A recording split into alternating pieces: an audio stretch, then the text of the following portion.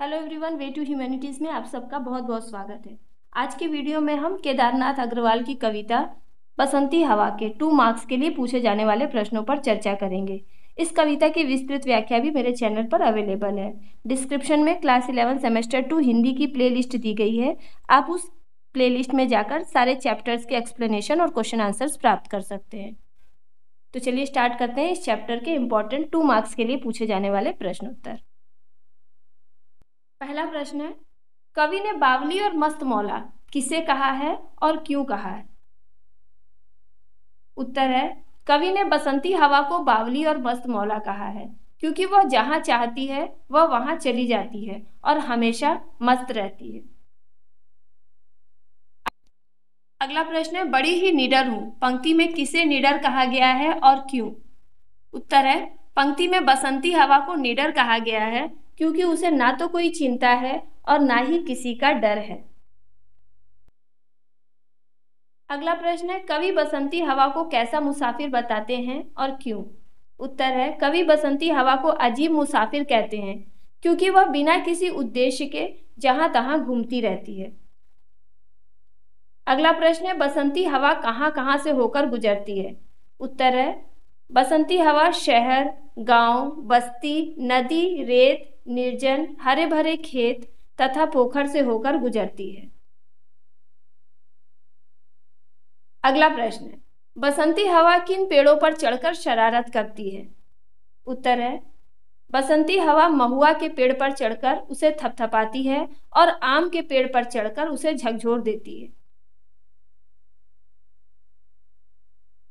अगला प्रश्न, बसंती हवा अलसी की फसलों को देखकर क्या करती है?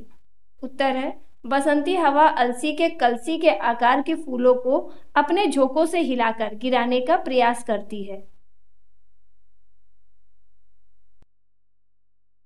अगला प्रश्न है, बसंती हवा हरे भरे खेतों में जाकर क्या करती है? उत्तर है, बसंती हवा हरे भरे खेतों में जाकर गेहूं की फसलों को लहराती है और अनेकों पहर तक वही रहती है।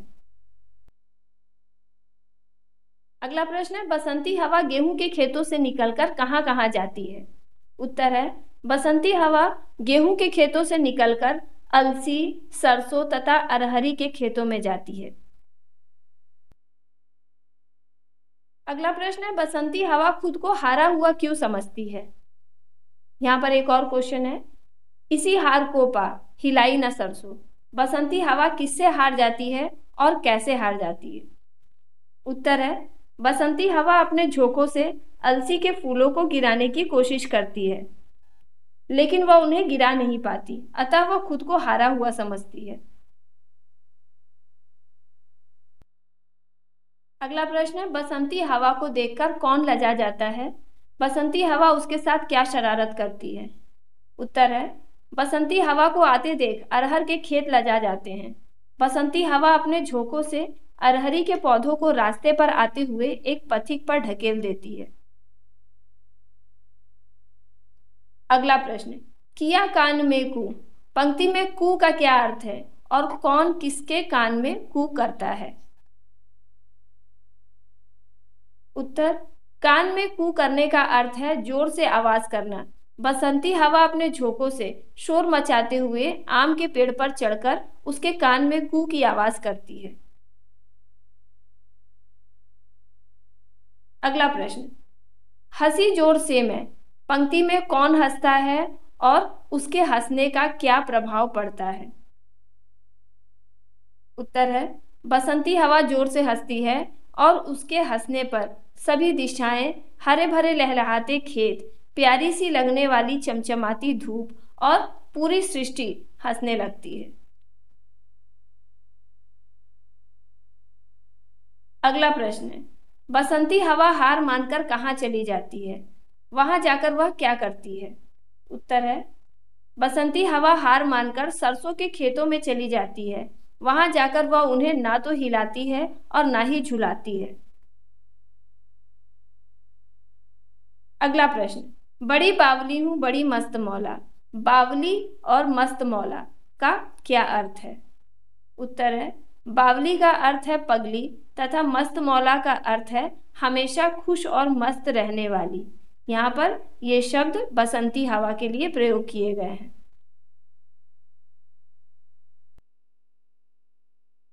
अगला प्रश्न है, खड़ी देख अलसी लिए शीश कलसी। पंक्ति में अलसी की तुलना किससे की गई है? उत्तर है, कविता में कवि ने अलसी की तुलना एक ग्रामीण स्त्री से की है जो अपने शीश पर कलश लेकर जा रही है। और अब अंतिम प्रश्न, पथिक आ रहा था, पथिक को देखकर बसंती हवा क्या शरारत करती है?